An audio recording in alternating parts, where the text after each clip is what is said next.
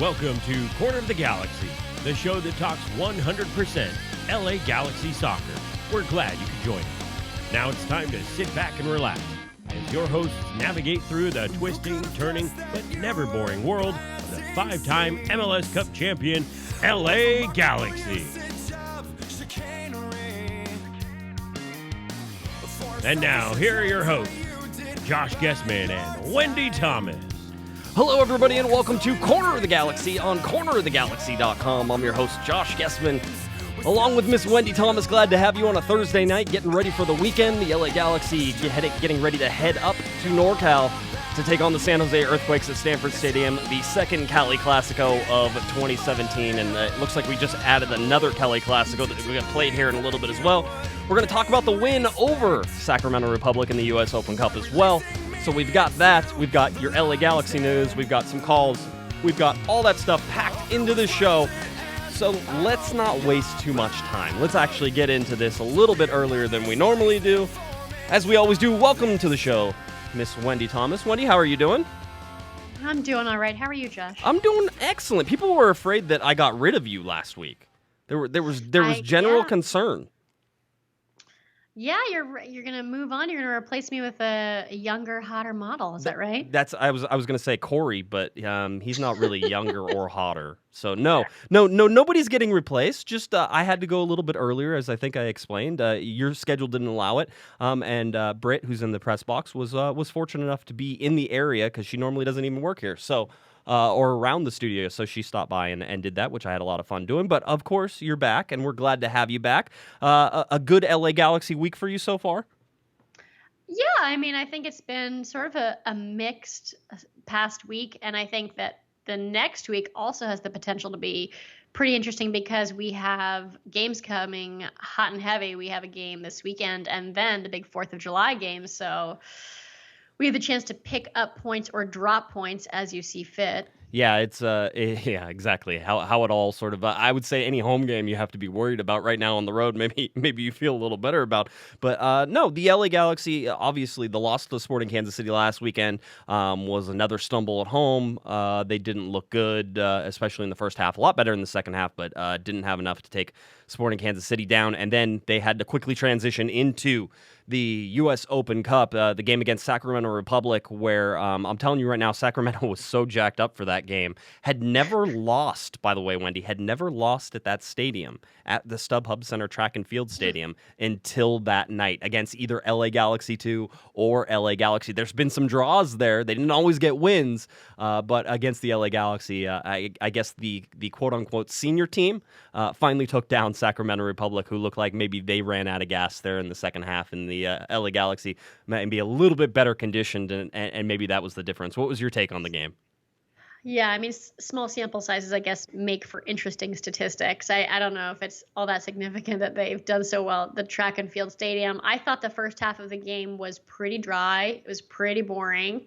I thought in the first half, both teams looked to be pretty mediocre, honestly.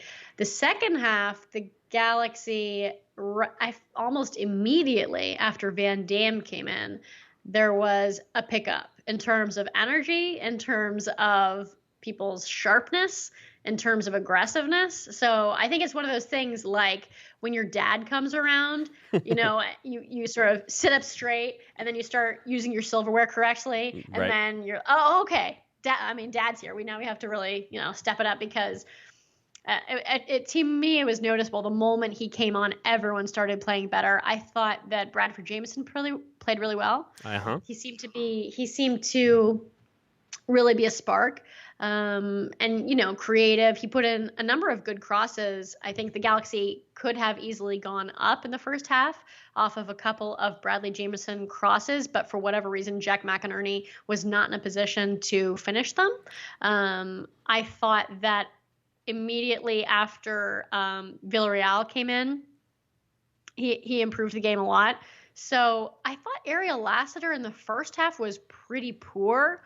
I thought he missed a number of things, but then he had that one sublime goal that was absolutely fantastic. So I don't know what to make of his performance because for a lot of the game, I thought he for the first half of the game, I really didn't think he was doing that well. And then for the second half of the game, he had that excellent goal. And towards the end of the game, he really started turning on the jets, and he made a couple of late runs that were long runs that required a lot of energy, and it really made you think, oh, he's young and athletic. He can turn on the gas very late in the game, and so I thought that was helpful. But since he had two uneven halves, I don't know what to make of his performance.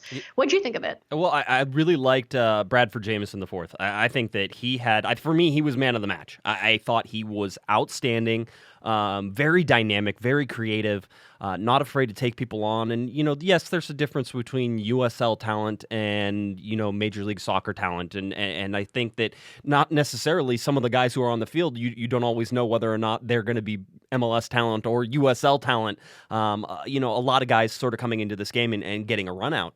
But with Bradford, I felt like, even in USL in the years past, Wendy, that he hasn't been, 100% locked in. And really, we've talked about the injuries that he's had and the concussion problems and all those different things. So you certainly understand why there is an aura around him, because he's really fun to watch, and you're starting to see his confidence build, especially over the last 3 or 4 weeks. So, I mean, there's a ton of things to be excited about for him, but I thought the way that he took people on one-on-one, the way that he was splitting defenders, and then his creativity and crossing, and just I think his physicality. Kurt Onalfo after the game said, if you look at BJ, you can see that he has put on some muscle, and he's a much bigger kid now, Wendy, which is crazy because I'm used to talking to him.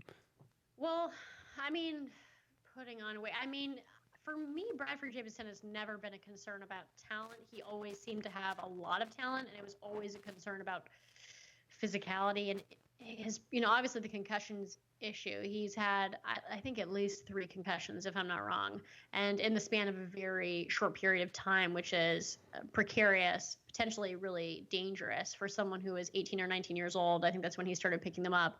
And yesterday he was very creative. When I look at him, he still looks pretty thin, but maybe he's probably added some weight, but he's a tall, lean guy. I mean, he's never going to be like a bulky player. He's quick and technical. I mean, I am always a little bit scared when I see him on the team, just because I know of the injury history. I'm a little bit scared that he's going to get injured, but at a certain point, I guess you just have to put that aside, and either he gets injured or he doesn't.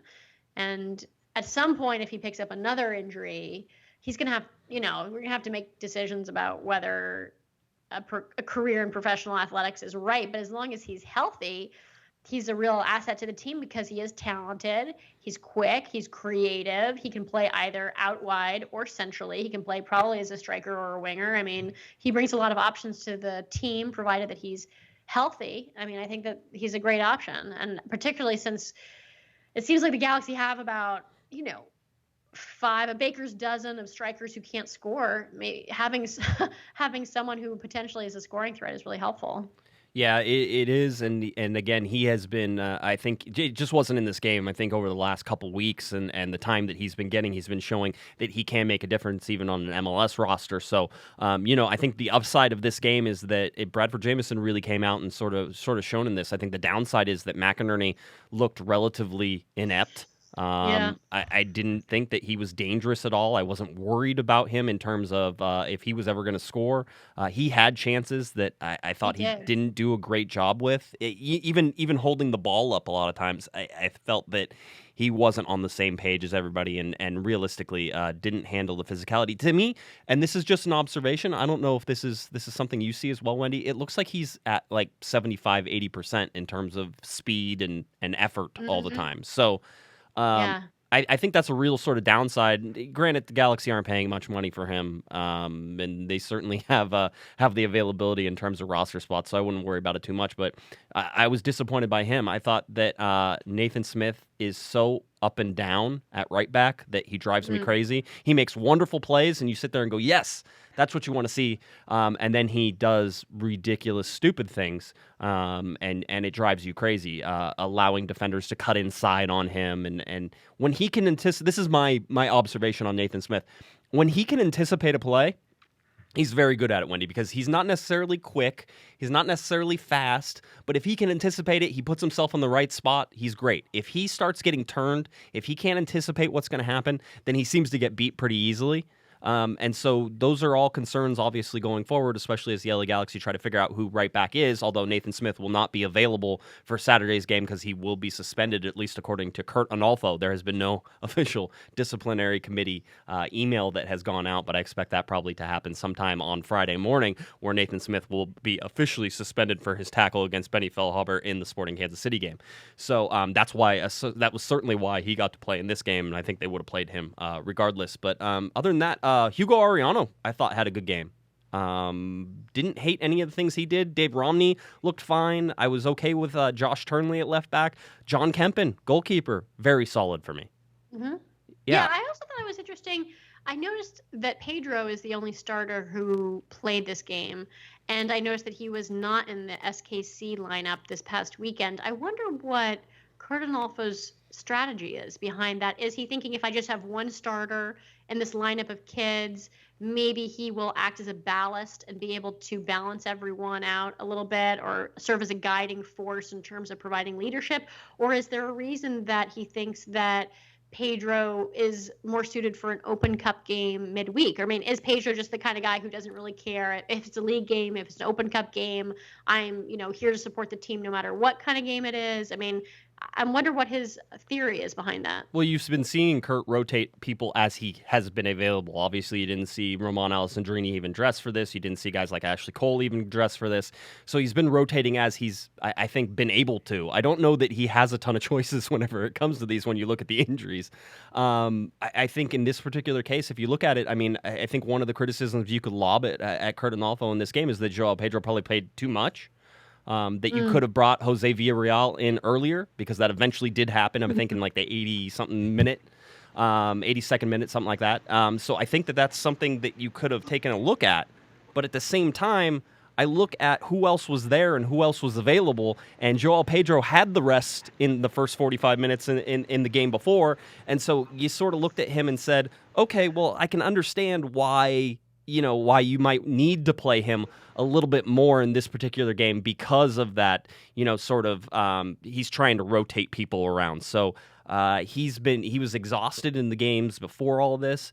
He has played every minute of every game basically all year except for that first half against Sporting Kansas City. So again, it looks to me, and talking to Kurt, he's really trying to focus on giving guys rest. And that means everybody. I mean, Raul Mendiola came in or not Raul Mendiola, but Rafa Garcia even got a rest in this game, only went the 45 minutes and basically came out. So you see all these things that are happening in terms of, them trying to rotate and them trying to do different things. And I think that Kurt's just trying to give people a rest any chance he can get. Do you expect Pedro this weekend? Yeah. I don't think there's any issues with that. I think that Pedro coming in this weekend is a given. I wouldn't worry about that at all. I think that there might be some other changes that we look at. But I don't think that you're going to see. Listen, the guys who rested for a reason. All right, so even the guys who were on the bench and didn't play, you look at somebody like Jack McBean who didn't play. I think that you could possibly see and look at him as a starter coming up on Saturday. You look at guys like Emmanuel Boateng. You look at guys even like Jose Villarreal, who came in but didn't get a ton of minutes. He came in the 84th minute, and so I would expect that he's probably going to play. So you look at all these things, and again, I love coaches, Wendy, because one of their favorite things to say is, one game at a time. And for a fact that Kurt Onalfo and his staff have had to be looking at 3 games. The game that they just played, the game they're going to play, and the game after that for the last couple weeks now. And that's got to be exhausting. And I'm sure they're looking forward to a break, but they're not going to get one because they won an Open Cup game, so they get to play another game on July 10th.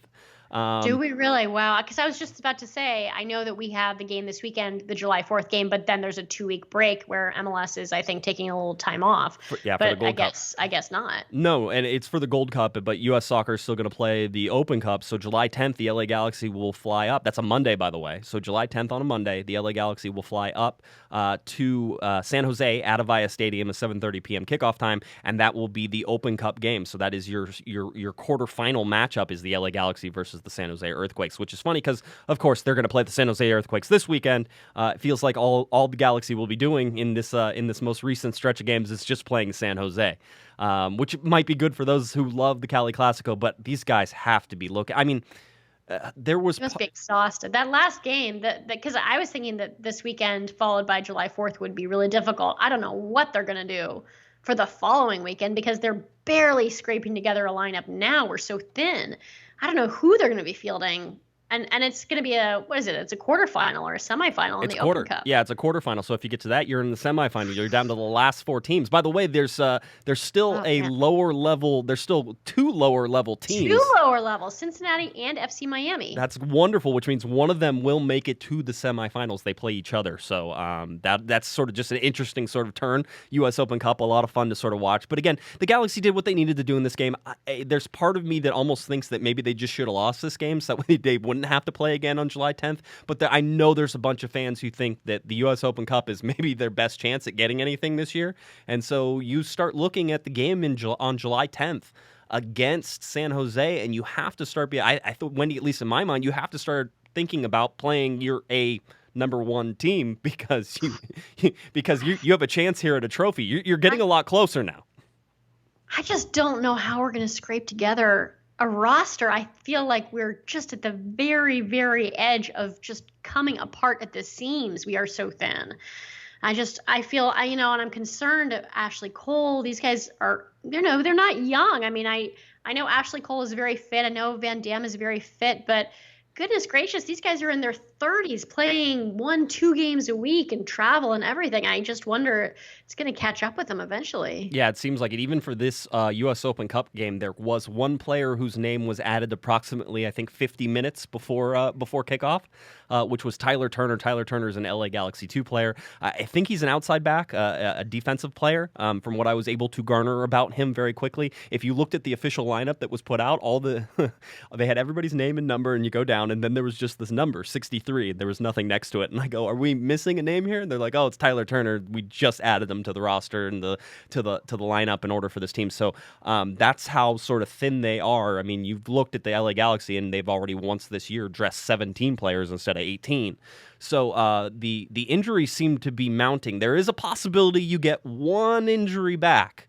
Coming up this weekend, Kurt Onalfo was talking about Bradley Diallo possibly being available to come in, and that's a good news with Nathan Smith being suspended. If he plays, I think the LA Galaxy can sort of survive looking at San Jose, but we'll go over the injuries and all that stuff whenever we look at the San Jose game. But, I mean, you're right, Wendy. Most of these, I'll tell you just real quickly, Brian Rowe seems like he's a little ahead of schedule. He was originally supposed to be out 6 to 8 weeks. He is training with the LA Galaxy. He is doing things. I don't know if that means that he's I'm going to guess about 2.5 weeks away. So okay. It's a little condensed schedule on him, which would be the first condensed schedule I think we've had on a player this year, because Jermaine Jones is now approaching or through 8 weeks, and right now they don't think he'll play in San Jose. In fact, Kurt Onalfo ruled him out for San Jose. 8 weeks. I remember when he got injured, didn't they say it was going to be 3 to 4 weeks? Yeah, and if you read the article on cornerofthegalaxy.com, Josh rightly put it at 3 to 12 weeks after speaking to some wonderful medical experts and doing his own research and saying, there's too much unknown about this. In terms of the tear, and I think obviously with his age, that is not a quick turnaround. So I'm still within granted, mine was 3 to. I really wanted to put 8 to 12 weeks. I want you to know that, but everybody was saying, well, there's a possibility it could be 3 to 4 weeks. Blah, blah. So I put the 3, but yeah, it looks like it's going to be 8 to 9. And I'll be honest. I mean, you want Jermaine Jones back, Wendy, obviously, because he's a healthy body if you get him back. But other than that, the LA Galaxy, I think Joao Pedro has sort of enlightened everybody up to his skills ever since Jermaine Jones has disappeared. And I'm more and more impressed with Joao Pedro every game I watch, and I'm not sure pairing him with Jermaine Jones is the smart idea there. No, I would say no. I would say no, it is not. Yeah, and so it's going to be interesting. Again, you're going to need him to come back because you need healthy bodies. So Jermaine Jones has to Yeah, come just back. And because Baggio's out and Legetta's out, I mean, he's just a human being who can play soccer. But I mean, right. I think that everyone collectively, I get the sense that the milieu among LA Galaxy fans is that when you have a 36-year-old and a 23-year-old, that you make plans for the future with the idea in mind that you're going to be incorporating the 23-year-old into your future, not the 36-year-old. Yeah, and it's certainly it's just really interesting when you look at the unbelievable dynamics and all this stuff. Again, going back to John Kempen, I really thought he played well in this game. Very solid, really good. And I think this sort of just again backs up what you look at whenever you saw him in the previous U.S. Open Cup game. A good solid player, a good solid game. Didn't have any really big hiccups. So the question, of course, is going to start being: is Kempen the number 2 over Diop? And I know there's lots of people who certainly think that could be the case. What do you think of Diop right now and Diop versus Kempen? So, I'm sure that everyone saw this Sporting Kansas City game with the howler by Diop, and a lot of people talked about his Instagram post afterwards, which he subsequently took down. And I think that there was a lot of sympathy among myself and other LA Galaxy fans because when I saw the howler, I was sitting with my boyfriend and you could see just a crestfallen expression fall across Diop's face where you could just see emotionally it was absolutely shattering to him. As someone who invests a lot in the team, who cares a lot, that he was absolutely torn up by the fact that he had let his team down.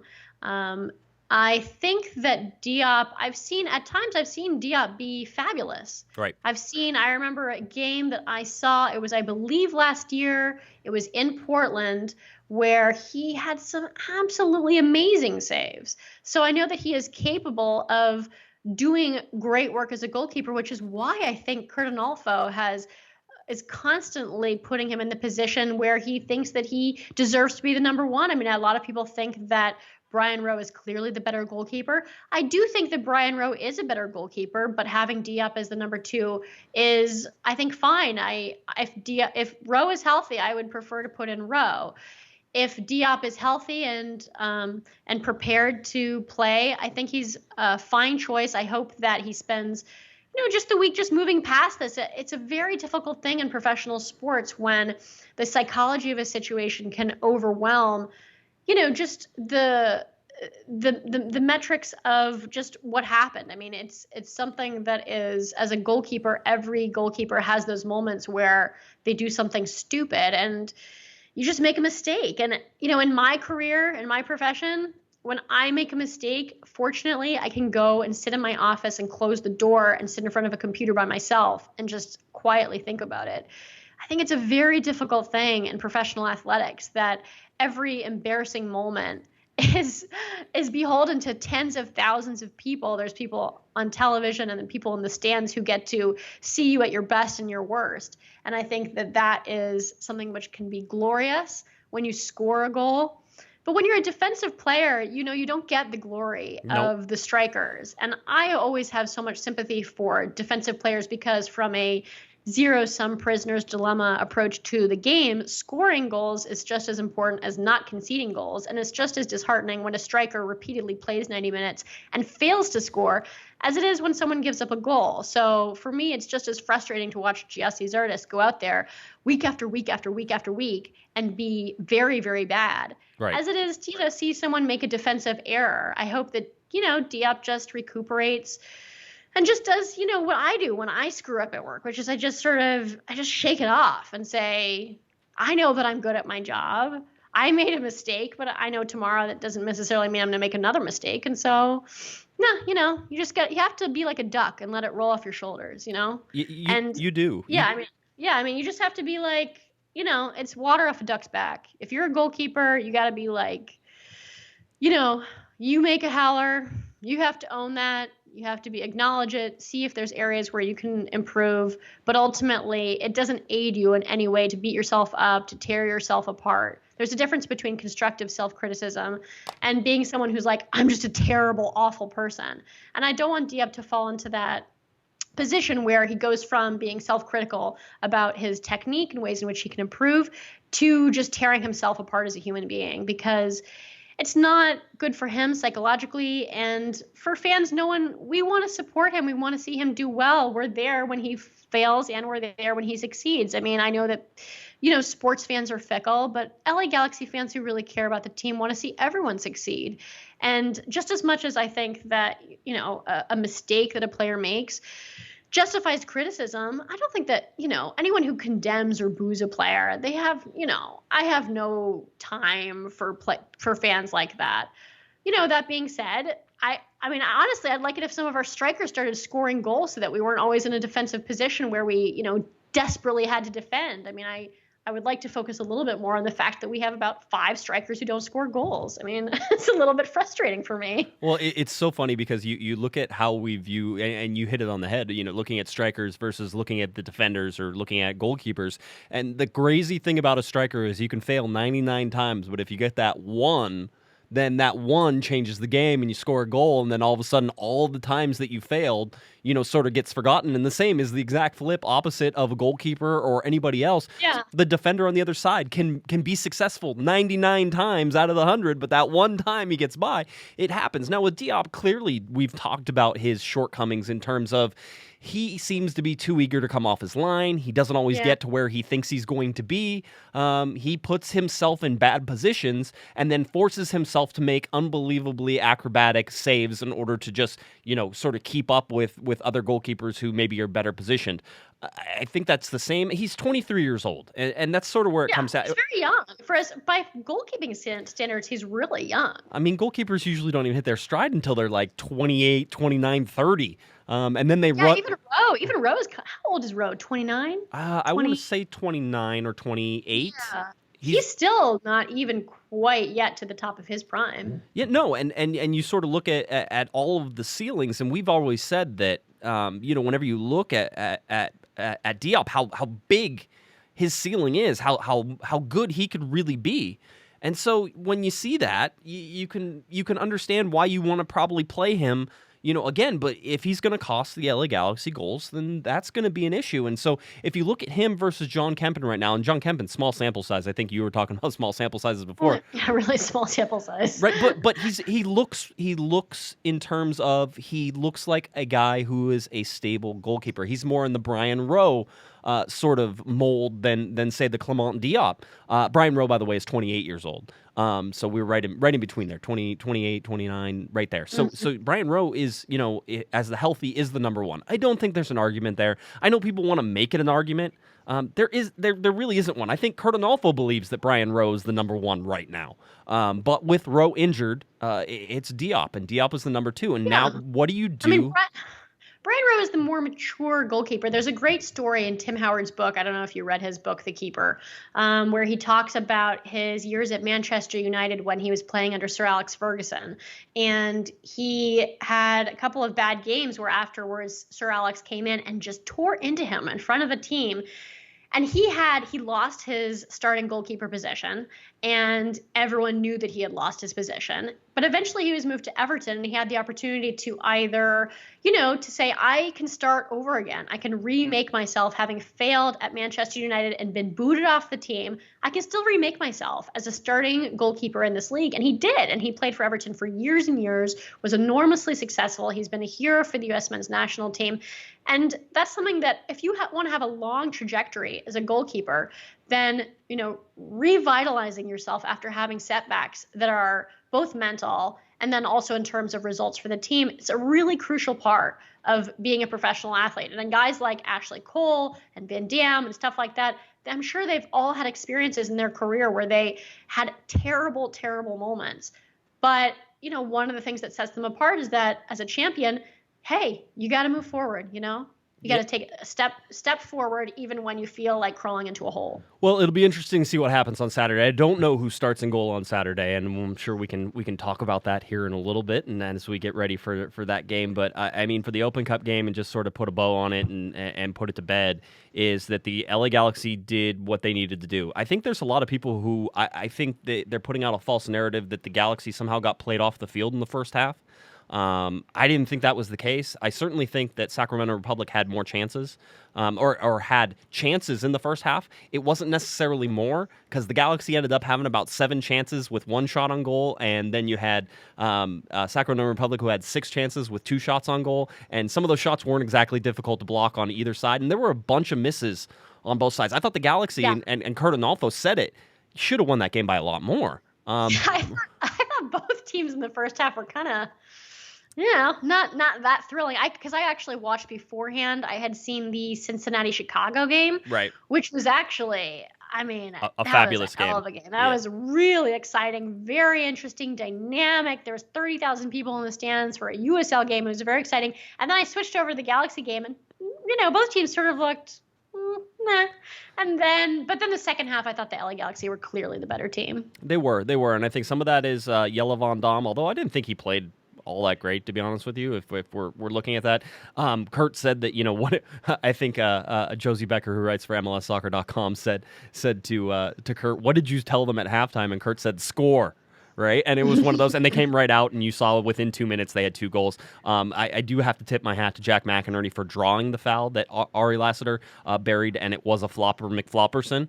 So if you're going to but there was a dog so on him at the end of the game where he was clearly denied a goal scoring opportunity. Yep, it should have been a red card, should have been a penalty kick, all those things. So I mean, listen, I thought the refereeing was pretty just wacky, as it usually is in U.S. Open Cup games, so it doesn't really surprise me all that much. But Kurt Arnolfo, after the game, I'll give you a quote that I thought was interesting. I asked him about starting a little mix of players here, rotating guys through, and he says, rotating a roster is a luxury. It shows depth. I thought we put in a good performance. Should have been more than 2-0. There should have been a penalty kick call to make it 3-0, and who knows what happens. I thought we did a good job, and it feels good to be able to use the entire roster, because that was a 5th game in a very busy stretch, and we got 2 more to go, and obviously a very important game on Saturday. So Kurt was happy with the performance. Clearly, he thinks that I think that there were some youthful mistakes that were made in the first half, and that they cleaned those up in the second half and sort of got it going. So it was good to talk to Ari Lassiter after the game, too. Always good to check in with the youngsters to see sort of where their mindset is. If Ari can put things together, Wendy, I think that he is going to be a very, very dangerous player for the LA Galaxy. I mean, have you seen the size of his legs? I really go back and forth on him. Sometimes I see him play it, and I'm like, what is he doing? And then sometimes I watch him like, this kid's talented. He is talented, and I can't figure out. I can't make up my mind. Is he good or is he not good? I don't know. Yeah, he's one of those who sort of goes back, and certainly, I mean, you look at the things. Here's the thing that you have to look at strikers, right? Are they creating the chances? It's always going to come down to finishing, and the really good ones are going to finish. But are they creating things? Are they getting close? I mean, Ari had a couple shots where he had a wide open goal that he should have nailed in the first half, and he missed. And you sit there and go, okay, is that going to be him for the rest of his life, or is that just him for right now, right? And so you can look at those sort of things. So younger players like that, look at when they're creating the chances, and then look at eventually the finish. The finishing's a really important part, but if they're not creating, they're never going to finish. Look at Gyasi Zardes isn't creating anything for himself right now. He's not scoring. You look at Jack McInerney. He's not creating anything, so he's not scoring. So you can look at these guys that aren't scoring, and you realize they're not even creating, so how are they ever going to be in a position to score? So yeah. What are we going to do with Gyasi? The good news is, I guess the good news is that good news or bad news is you don't have to answer that question right now because he's going to the national team. Yeah, so he's away with the U.S. men's national team right now. He will play in the friendly that the U.S. men's national team has. Still a Galaxy fan. What was that? Bruce Arena's still a Galaxy fan. Bruce Arena's still a Galaxy fan. He's taking Gyasi off our hands. He's like, I know you guys are suffering right now. You don't know what to do with Gyasi. Let me take him off your hands for a few weeks. Let me see if I can do something with him. He's still rooting for us. I like that take. I think you're onto something there. I think Bruce thinks that he can fix. And if he can fix Giassi, then please, Bruce, do what you need to do. I think Galaxy fans win the World Cup. That's right. You can fix Giassi. That's right. That's the missing piece right there is Giassi Zardes. All right, let's get on and talk a little bit now about the LA Galaxy and some team news. I will tell you, of course, that the LA Galaxy coming up on July 4th will be hosting the longest-standing 4th of July fireworks show in a professional sports during the match with RSL. It's the 22nd annual. There are 22 years of Major League Soccer. There are 22 annual 4th of July fireworks shows for the LA Galaxy as that happens. I just FYI, the show starts 10 minutes after the game is finished, and it lasts about 15 minutes. And from what I've heard, Wendy, you've told me, and other people have told me, the fireworks are outstanding. I have not seen them in a very, very, very long time. And for the first time since my son was born, which was 6 years ago, basically, I will be missing a 4th of July game because of family obligations. So I won't be there at this game, which is going to be really weird for me. But I probably will get to see some actual fireworks, just not the ones at the game. Well, it could be my favorite game of the year is the 4th of July game with the fireworks. Every year I go with, this year I'm going with my boyfriend, but I've gone many years in the past with various friends and family, and it's one of my favorite things is the LA Galaxy fireworks. They have beautiful fireworks. You get to watch them from either the stadium or just outside the stadium. I highly, highly recommend the LA Galaxy fireworks show after the game. Well worth the cost of admission. It sounds amazing. I usually just get to hear it whenever I'm underneath. I know. I can't believe every year I'm like, Josh, they're beautiful. Come out and watch. You're like, no, I'm in a concrete bunker under the ground. That's right. We get to hear the boom, boom, boom, boom, boom, boom. That's about it. And then we get to ask people questions in a sweaty hot locker room. It's a good time. Good time is had by all, absolutely. Sweaty man in the locker room. That's usually how it happens. If you ever wanted to know what the temperature is in a locker room, just whenever you get out of the shower in the morning from you taking your normal shower, and you usually have the door closed because you want to make sure it's not cold inside, and it's sort of that muggy steaminess, and then maybe not so much steamy, but think muggy, and then think muggy sweaty, and then think really warm. That's what it's like in a locker room after the game. Just FYI. Wonderful place to be. Let's go on with LA Galaxy news. Giovanni Dos Santos still has a third place game to play in. So all these people who are excited that Mexico lost 4-1 to Germany today in the Confederations Cup, all those people who are excited saying Gio was coming back, you are wrong. Gio is not coming back. He has to play on Sunday, July 2nd, when the Mexican national team will play for the third place medal against Portugal. Wendy, third place games are stupid. I hate third place games. What? Nobody cares about the third place. The fact that it gets played at 8 a.m. Eastern, right? So all of you, I'm sure, are going to get up at 5 a.m. on Sunday morning in order to go see the Mexican national team play Portugal for a third place medal that nobody cares about. It just makes no sense to me. But anyway, I just wanted to clear up. He's not coming back yet. He will be back after that game. My guess is he'll probably get a couple days off as well whenever you look at that, because he has been playing some minutes. Played about 65 minutes in this game. There's nothing wonderful to report about Giovanni Dos Santos in this Confederations Cup. It's not like he caught fire and is going to come back a changed man, or at least a motivated man. Hopefully, the LA Galaxy can sort of preserve the momentum that he had before he went to Confederations Cup and his partnership with Roman Alessandrini. So those are my hopes for Giovanni Dos Santos, because we talk about a happy Gio is a good Gio, right? And I don't know that losing 4-1 to Germany is going to make for a happy Gio, and especially whenever they get stomped by Portugal, I don't know if that's going to be a great thing either. So again, you look at all those things. Giovanni Dos Santos not coming back anytime soon. Still some time to wait for him.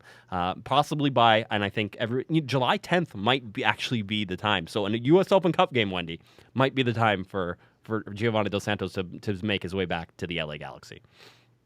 All right, let's see. We already talked about Zardes. He's away, so you don't have to worry about him, and that question at least gets pushed to the back burner with the U.S. men's national team. Excuse me, and then he'll be gone for the Gold Cup a little while as well. So Bruce Arena tries to fix himself, or to fix Giassi Zardes and see what we get back whenever we do it. I do want to talk about the LA Galaxy transfer window, though. Yes, DPs. Let's talk about DPs. Okay, so there's stuff going on, all right, and I think we've reported a lot of it, or I have reported a lot of it, and sort of been connecting a lot of dots. The Jhinyak rumor was the hot one. And that one was obviously that it looked like Tigres was going to move him. There were rumors, I should say rumor. There was a rumor that he was looking to re-sign with Tigres and that perhaps that had already been done, but I have seen nothing official on it, and I have been paying attention. If it happens after this podcast is out, go to cornerthegalaxy.com. If it happens, I'll report on it. So if he's not their A choice, which I believe in my heart, and I don't have any inside information to sort of prove this, I believe that Jhinyak, out of all the names that have been mentioned so far, is sort of that A number one guy that they want. 31 years old, a striker, extremely talented, has done a lot of wonderful things in Liga MX, played great for Tigres, has been just, I mean, he came from France, obviously, with the last name Jhinyak. He played for a year with Romain Alessandrini at Olympique Marseille. So you look at all these things that sort of have happened. The Mexican fans, the Tigres fans, have basically adopted him as Mexican down there. So it would be interesting to see him to leave, but he was kind of fed up with the press after his last loss. So there is some rumor possibly that he could be coming to the LA Galaxy, and I think the LA Galaxy are sort of still focused on him. All right, so Jhinyak is definitely, I think, one of those guys. We talked about Zlatan. The LA Galaxy say they have no interest in Zlatan right now. All right, we've talked about Cristiano Ronaldo. I think Kevin Baxter said there's no way the LA Galaxy are going to pay 80% of the worth of the franchise to one player. So that's not happening. I saw a number somewhere that said it was $300 million to get him to Major League Soccer. I mean, yeah, that's not happening. So that's a non-starter. Let's move. That is not going to happen. All right, we've talked about Dario Benedetto, down with Boca Juniors in Argentina. Benedetto is 27 years old. He is a striker as well, has done some good thing with Boca, was in Liga MX. Actually, I think paid his own money in order to transfer back to Argentina. That's the only thing that sort of worries me about him at all. Otherwise, I think he is a great backup if you don't get Jhinyak, and I'm hoping that the LA Galaxy are focusing sort of on that. The newest one that has sort of come out, or it's not new, it's just sort of redone, right, is that Chicharito Hernandez or Javier Hernandez is at least an interest to the LA Galaxy. All right, I have a source who says that the LA Galaxy are interested in him among other players. All right, so I don't want you to think that there is a laser focus on this. I was talking to somebody a lot earlier this year, Wendy, about Chicharito Hernandez and whether or not he was going to, possibly come to Major League Soccer. And this person told me, basically it's whether or not he wants to come. All right, because if he doesn't want to come, he's going to ask for millions and millions of dollars. He's going to say there's $10 million to get me to come to MLS, and then we're going to be like, no, thank you. Yeah, by the way, I think that anything $10 million and under for Chicharito Hernandez, for Chicharito, may be something that the Galaxy could do. And yeah, but it's not based on whether he's really that good, though. It's another cynical ploy to coax in El Tri fans. Well, I think somebody compared, and let's see, am I even going to remember the comparison? They were comparing Giovanni Dos Santos and I thought this was an unfair comparison, but proceed. Go ahead. No, I can't remember. Do you remember who he was comparing it to? Yes, someone said, because I tweeted out, I said, listen, when we signed Giovanni Dos Santos, there was this notion that it would coax in all these Mexican fans who are otherwise just huge fans of being Liga MX fans into being MLS fans, LA Galaxy fans. And so whoever you captured from that you've already capitalized on that to the extent that you can. Bringing in another player from Mexico, I don't know if you're going to get in the same, you've already sort of have exploited that to the most that you possibly can. And the person said to me, no, because you don't know El Tri. Think of Gio as Freddie Adu and Chicharito as Landon Donovan. And I'm like, is that really a fair comparison? I don't think that that's completely apt. I mean, Freddie Adu has never really become a professional soccer player. Giovanni Dos Santos has made something like 80 plus caps for the Mexican national team. I know he scored at least a few really nice goals. I don't think that it's that apt a comparison. But what they were essentially suggesting is that Chicharito is a huge legend icon. in the eyes of Mexican fans, and that maybe you would be able to coax in a population of people who are not otherwise enticed by the signing of Giovanni Dos Santos. I think there's something to that. I think the grasp of Giovanni Dos Santos or even Jonathan Dos Santos, and then you look at somebody like Chicharito, they're different. And I don't even know if it's bigger. I think it is bigger, but even if it wasn't bigger, I think it's different. And so you may be able to draw in the thing. The thing that's most important, and I think the LA Galaxy are still focused on this, is they're looking for the right guy. If the right guy is also a guy who can do a whole bunch of things for them off the field, like a Chicharito or like a Zlatan, if you were going to go after a Zlatan, if you look at those different things, then that might fit the thing. I still think that right now, if you're looking at like A, B, and C choices, Jhinyak is the number one. I don't know how realistic that is. I think that the number is going to be 10 million or under. And right now, I think that there's a number out there that's like 13 to like $23 million in terms of what they would take to get him away from Tigres, right? And then you're still going to have to pay him, I think, $4 to $5 million a year in order to keep him. So maybe not. Yeah. So it is a lot of money. But if you look at the LA Galaxy's payroll last year and the LA Galaxy payroll this year, they have technically, even to be equal among the payroll for last year, they have that money. So it's Steven Gerrard money. You want Steven Gerrard money? They have it. All right, there's $6 million there somewhere. You can afford to pay whoever you have. It's just a matter of the overall transfer fee and what can happen at Tigres. We'll see. I don't want people to get too excited about that because I have a feeling that a lot of this was bluster. It's a big transfer fee. I don't know if Tigres is going to let him go. I mean, I don't know. It seems like a sort of remote possibility. There is. It is his last year of contract. So if they're going to get something for him, he's 31. If they're going to get something for him, it's this window or the winter window. That's it.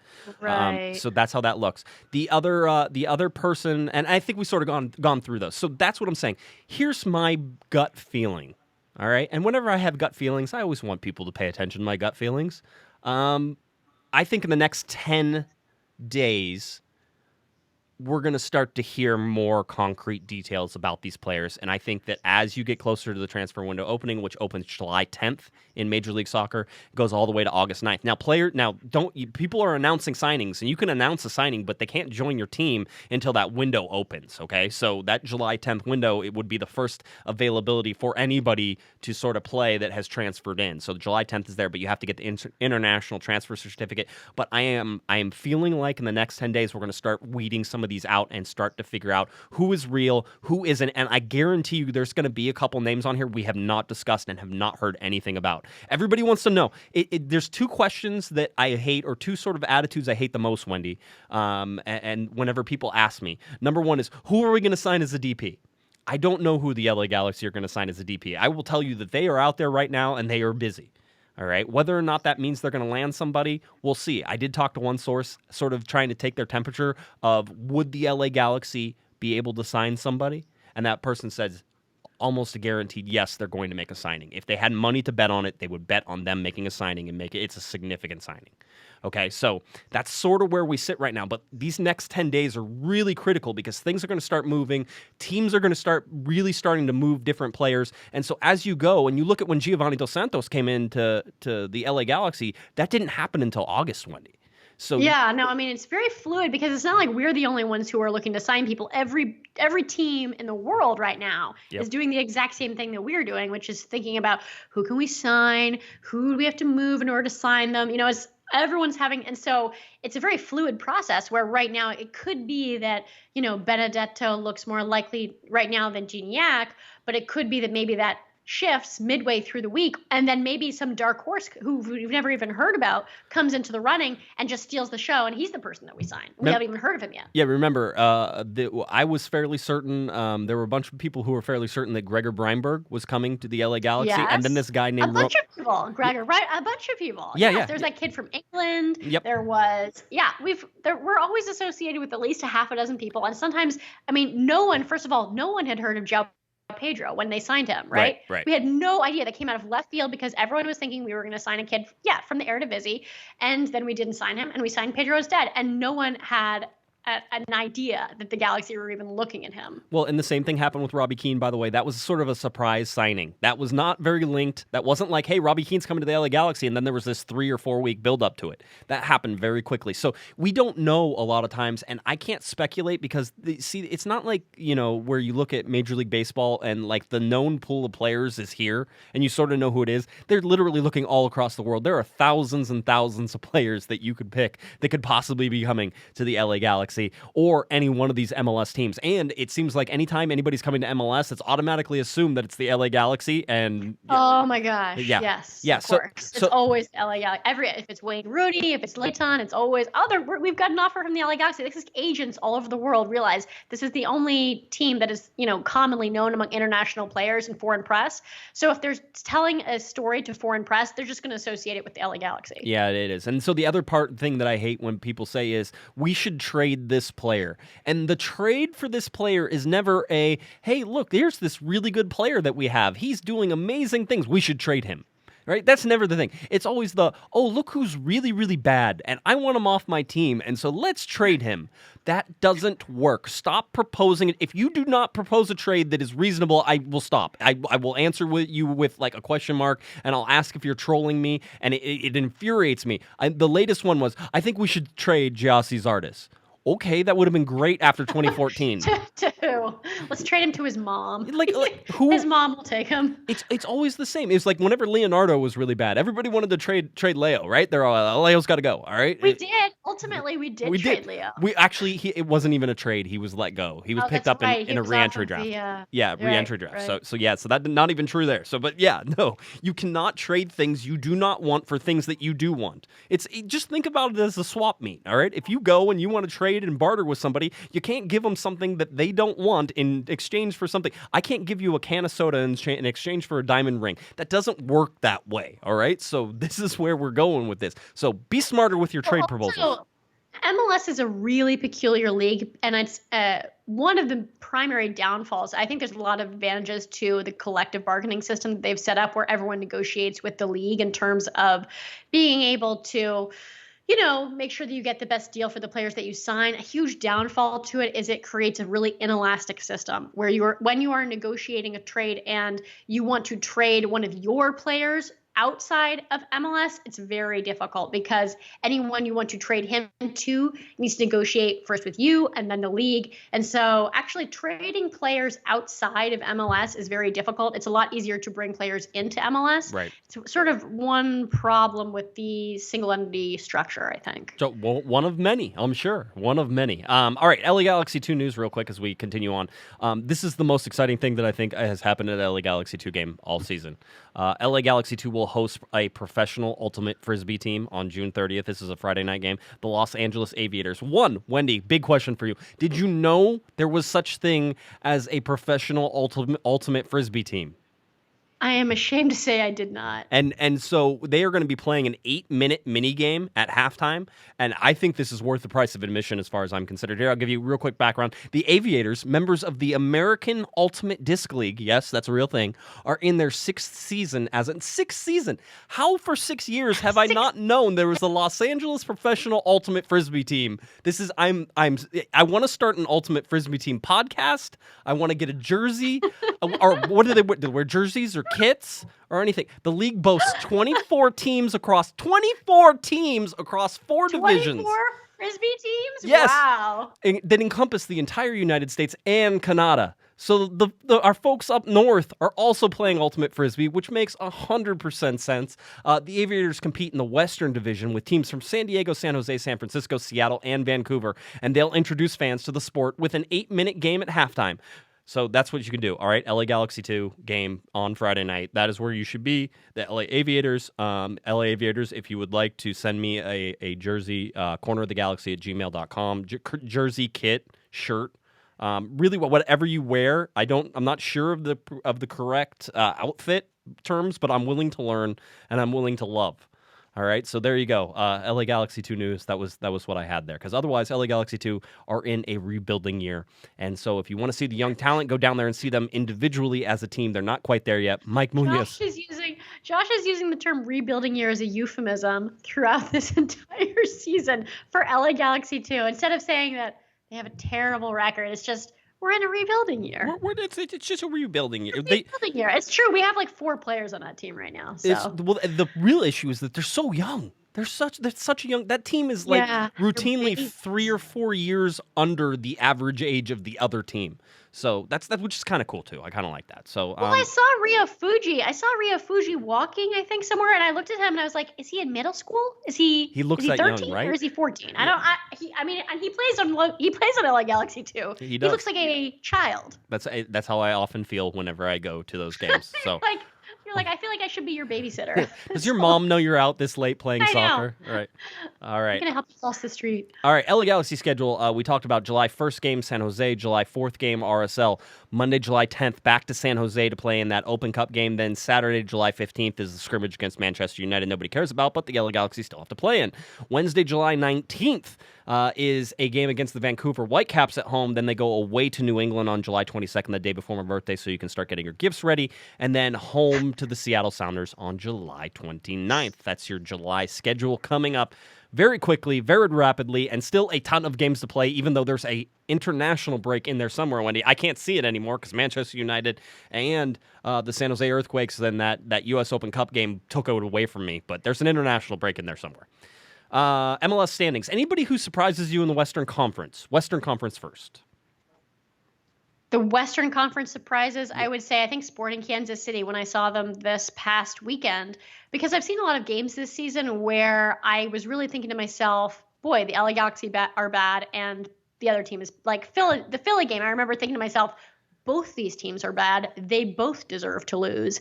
But Sporting Kansas City this past weekend, I thought they moved the ball very well, were circulating really well. I was like, you know what? I get it. So they're really just playing better than us, and I thought that they were pretty good. Yeah, if you look at it right now and points per game wise, it's Sporting Kansas City and FC Dallas, which I don't think should really surprise anybody, but they're sort of the ones who separate themselves. If you go Eastern Conference and you look at Toronto FC, they're the only team in Major League Soccer right now averaging over 2 points per game. They may just run away with this thing, except that the surprise in the Eastern Conference is the Chicago Fire, right? Yeah, I know. Schweinsteiger. Yeah, he's Big there. Pharma. Juninho, I mean, they can't make penalty kicks. Well, Schweinsteiger can. Juninho can't, but you knew that because he was a former LA Galaxy player, and they always seem to not make penalty kicks whenever it's important. 2009, it still haunts my memory. The Big Pharma. The Big Pharma has done very well for Chicago Fire. Is he really a pig farmer? Is that a thing? Or is that his last name? Schweinsteiger, when you translate Schweinsteiger into German, it's pig farmer. Pig farm. That's interesting.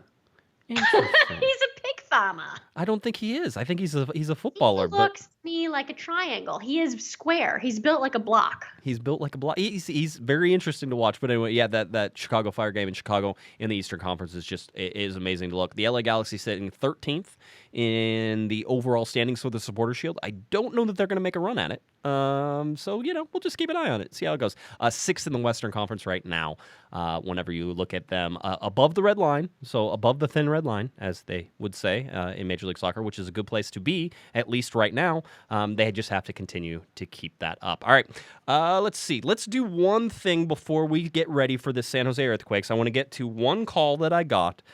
If you were listening to Monday's show, you know that I got an excellent email about Gyasi's artist that probably topped out at 500 plus words, maybe closer to 1,000 words when you actually read it. I read some excerpts from it. I got your guys' take on it. By the way, everybody who's come up to me and talked to me about it, you have been wonderfully nice to me, so I appreciate that. But here is Mike from Long Beach, and he has his take on the email from Monday, and me apparently being way, way, way too mean to Gyasi's artist. So here's Mike.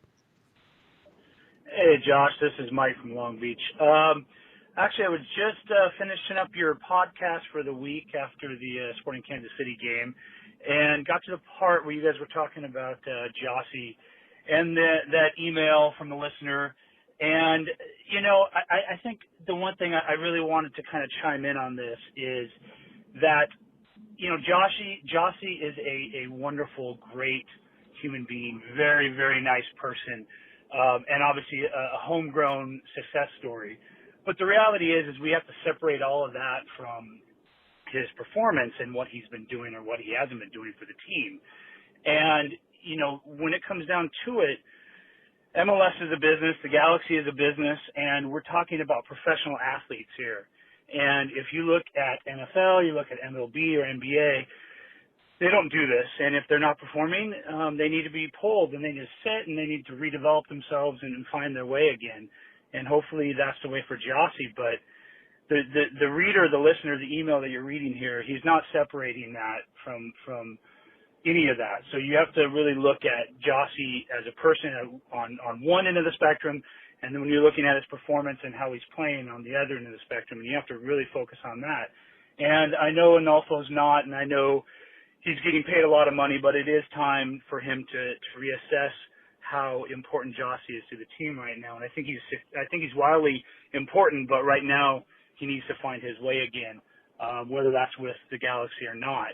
But just want to chime in on that. Keep up the good work. You are not overcritical of Gyasi, and in fact, I know you're very supportive of him, and just wanted to say that as well. So keep up the good work, and thanks. Bye. All right, there goes Mike from Long Beach. Mike, thank you for that. Appreciate it. Always nice to hear that I'm not a complete dick.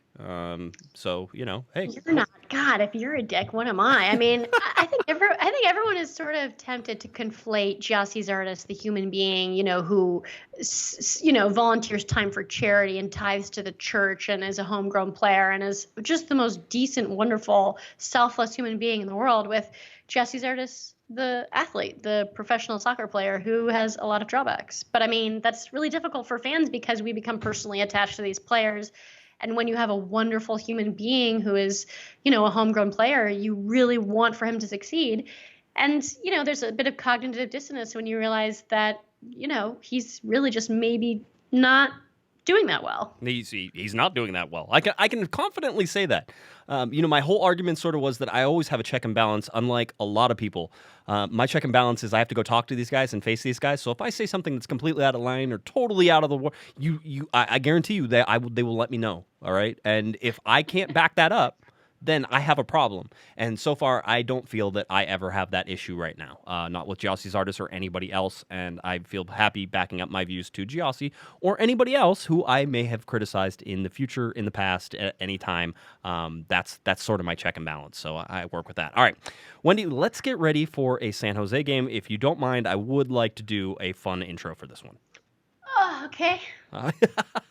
Was that a okay, or was that not an okay? I'm not quite sure. Like, No.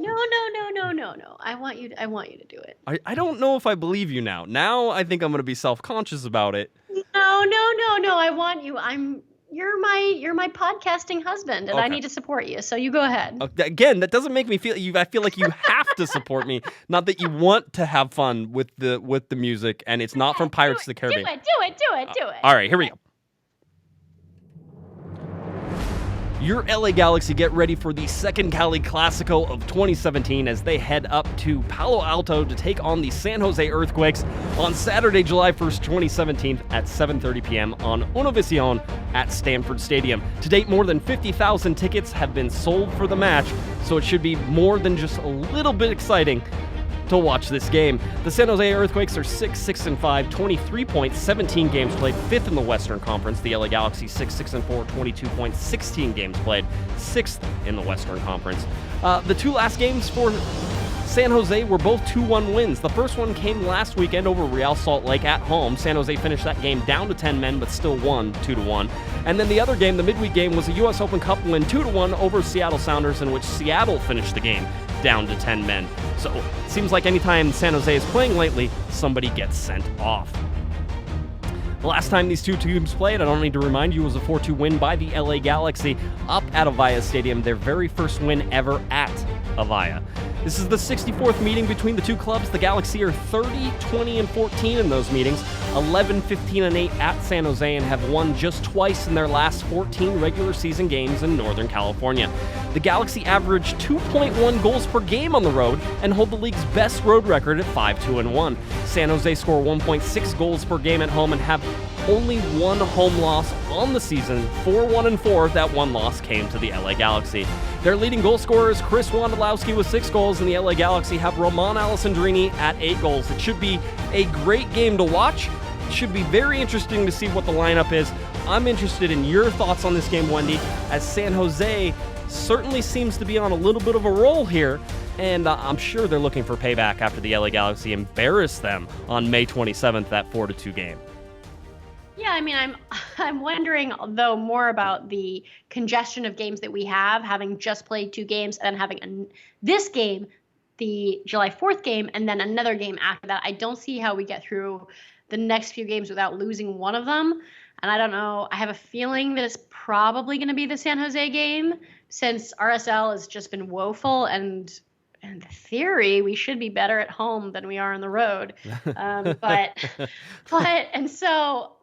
also San Jose just fired their coach, which is another interesting twist, is that they are in a bit of a transition themselves.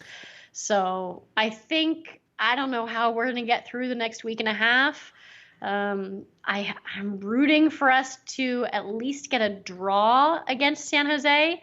I mean, based on our form, historical form for the past few months, we're the road warriors. We should crush San Jose when we go up there and then come home and lose to RSL, which is currently the worst team in the league. Yeah, it's interesting when you look at it. Again, the firing of Dominic Kinnear and assistant coach John Spencer was sort of seemed like it was out of left field. They beat RSL 2-1, and then they fired him. So I think that's how bad RSL is. That's how bad. Yeah, sorry, RSL fans. We do have the RSL killer. We know we have the kryptonite to RSL in our back pocket, and so we know we can unleash the RSL killer on July 4th. Yeah, Emmanuel Boateng, I believe, is still. He might not be listed anymore, but he was listed as the owner of Real Salt Lake on Wikipedia there for a while. So, he is. Yeah, he is. You can see it. He scored. He does actually own RSL. I think it's really interesting. If you look at sort of the players and what they think, and the coaches and what they think, it's sort of an unfortunate position for the Galaxy to be in. One, with all the injuries. One, with all this sort of question marks about who is going to be available, who's not going to be available. We're going to go over that in just a second. But also, you look across the way, and now you have a coach that you don't necessarily know his style. You don't necessarily know how he's going to form his team. And so it's a bit of a question mark when you go up there. But the thing that you need to know is that it's a Cali-Clasico. Emotions are going to run super high, and it's going to be interesting to see sort of who comes out on the end of that. I'll tell you right now, and it was reported out of training today, and I had actually heard this rumor earlier this week. Ashley Cole may not play in this game. Yeah, I know. So, well, there's reasons. There's reasons for that. This could be a reason that they're resting him, because he has played a ton of minutes, and he is not a young spring chicken anymore. It would be, of course, a hit to do that against a rival, and when that happens. But right now, Colonel Alpha says they're going to sort of take it day to day. Remember, Ashley Cole has had a back problem in years past, even whenever he came to the LA Galaxy. That was one of the things. And so you look at all the minutes that he's been putting in, Wendy, there's a very good possibility. It's amazing. It's completely amazing that Ashley Cole, Frank Lampard and Steven Gerrard spent 2.5 years in MLS, getting injured every other week, spending months on the sidelines. And Ashley Cole, in the meanwhile, it's just chugging along, playing 1 game a week, 2 games a week, just going at it. I don't know. It's a weird thing. It's a weird thing how players age, and some manage to continue and others just sort of putter out. I don't know how it happens, but he's been dynamite for us. So I guess if he needs the rest, he needs the rest. And that's sort of where it all comes down. But it gets interesting, though, obviously, because you have Nathan Smith suspended for this game, at least according to Curtin Alpha, and I do expect that to be real. So that Nathan Smith is not going to be. So you do not have a right back. So you're hoping that you get Bradley Diallo back. And if that happens, which they're going to evaluate apparently on Friday before they travel up and sort of figure out whether or not that's going to work, and I'm sure they're going to run it through training before they travel up to San Jose on Friday to make sure that he's good to go. If you can get him in here, then that allows you certain things to do. That allows you to take him and slot him into right back, and that allows you to move Dave Romney over into left back, and that allows you to take, Hugo Ariano and pair him with Jelle Van Dam in the center. So it allows you to do things that now all of a sudden you're not in a world of hurt and, in a panic situation, because the LA Galaxy do not have any defenders right now. In a panic situation, you could bring somebody up like Josh Turnley maybe to sit on the bench from LA Galaxy 2, or you could even do, Rafa Garcia could make it. Listen, this is all emergency stuff that you're talking about right now, because for the LA Galaxy, they don't have anybody on the bench in terms of defenders and sort of who can play there. So everybody else is injured right now. Daniel Steres doesn't look like he's going to make it back. Jermaine Jones not available for this game as well. So that's sort of the hiccup there. I think the other thing that you could see in this game is Roman Alessandrini possibly returning into his wing role a little bit if they're going to start Jose Villarreal. Jose Villarreal's late entrance into the game in the U.S. Open Cup leads me to believe that he's going to have a bigger starting role and that it's going to be in a position that's going to have him working a lot. Now, the other part of that is that Bradford Jameson has played so well that you almost want to give him a start, Wendy. And if you do that, then you can push Roman Alessandrini back up into that role underneath, who I'm thinking is going to be Jack McBean based upon everybody who played on this midweek game. Jack McBean up there, you could have Roman play underneath Jack, and you can put Bradford Jameson out on that right-hand side. Other than that, your midfield should be Rafa Garcia. It should be Joao Pedro. I believe those guys are ready. Rafa got a 45-minute break, so he seems like he's pretty much ready to do that. So you look at all these things. I think that's the lineup you're going. If you're looking to see if Cardinalfo is going to pull Diop and putting Kemp in, I'm going to tell you that I'm leaning towards Diop starting here. I think that it's one of those things that Kurt might want to try to work him out of this funk to get his head straight, and there's a possibility that you break him forever if he doesn't come back there, because I think the confidence loss would be huge. But I'm also not willing to concede the fact that Diop cost the LA Galaxy points against Sporting Kansas City, and the smarter play here might be John Kempen. So it's a total toss-up for me. I don't know what I would do if I was the coach. I have a feeling I might try to trust in my player and bring Diop back in and give him one more chance and say, this is your chance to redeem yourself. Go show me something. I mean, that's sort of what sports are made for, Wendy. It's one of those, it's like, you have one more chance. This is it right now. You need to go prove it. You were bad last time. Show me what you got. I don't know if that's smart or if that's emotional. Well, I think we know that Cardinalfo is a huge fan of Diop, and he really wants him to succeed. And I think Diop is someone who has huge potential if he can just mature. I mean, this is just a question of maturing into your role as someone who's a professional athlete and can take the highs and lows of the sport. That's something I think it develops with time. Of course, it wouldn't be so pivotal and crucial if we had strikers who scored goals. But I mean, I guess that's just a crazy thought of mine. Well, I certainly think that, all those names that I mentioned whenever we were talking about transfer rumors are all strikers. Bradford Jameson, Jose Villarreal, Jack McBean, Giassi Zardes. We have Jack McInerney. We have, I don't know how many strikers we have. I'd like to see someone score goals. That would be nice. I would like to throw out this one stat. The LA Galaxy averaged 2.1 goals per game on the road, which is a great stat when you think about road teams, road goals, and everything, and how usually there's a tendency for home teams to give up less goals at home, right? So scoring on the road is more difficult. So all those things sort of feed into each other. The LA Galaxy at home average 1 goal per game. 1 goal per game. Wow. It's pitiful. Yeah. I don't know. It's pitiful. I saw that and I was like, ouch. That hurts. That hurts. So anyway, LA Galaxy versus the San Jose Earthquakes coming up on July 1st. Again, a quick turnaround, a Tuesday night, July 4th game. I imagine that there will be a quick podcast on July 3rd to get you ready for that July 4th game. So just sort of stay tuned for that as it goes. But the Saturday game, it will be nationally televised on Univision. Again, Stanford Stadium, 50,000 tickets sold, probably more than that now. It's going to be a large crowd, a large stadium. It should produce an interesting game. The ones at Stanford Stadium never seem to be not interesting. So we'll see how the LA Galaxy do here and what they can do. Wendy, anything else you want to touch on before we leave? No, I will see everyone on the 4th of July. 4th of July game coming up very, very soon. All right, Wendy, tell people where they can find you. You can find me at American Soccer Now and at cornerofthegalaxy.com and on Twitter at BardsBlonde. All right, if you're looking for me on Twitter, it's at JGuessman, JGUESMAN, and at Corner of the Galaxy, or at Galaxy Podcast, I should say. Go to cornerofthegalaxy.com. We have our game preview up. We have our game recap there. All of our podcasts are there. Everything else you can always find right there on cornerofthegalaxy.com. Tell your friends about it, please. All right, tell me that you told a friend that they now listen, because it makes me feel better about myself and all the time I spend on this. All right, the transfer news is coming. Stay tuned for that. All right, as soon as it comes, follow me on Twitter there. That's where you're going to see it. I will give you everything that I possibly have. All right, again, the Galaxy are interested in multiple players. We know that. One of those is Chicharito. One of those is Jhinyak. There's probably some others in there that we don't know for sure that they're interested in, but that are coming as well. So lots of stuff coming for the LA Galaxy. For Miss Wendy Thomas, I'm Josh Guessman. Everyone have a wonderful weekend. We will catch you just before July 4th. Goodbye, everybody.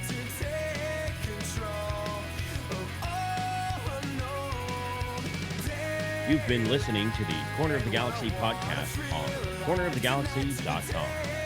You can follow the show on Twitter and Instagram at Galaxy Podcast, and be sure to check out and subscribe to iTunes, Stitcher, and Facebook by searching for Corner of the Galaxy.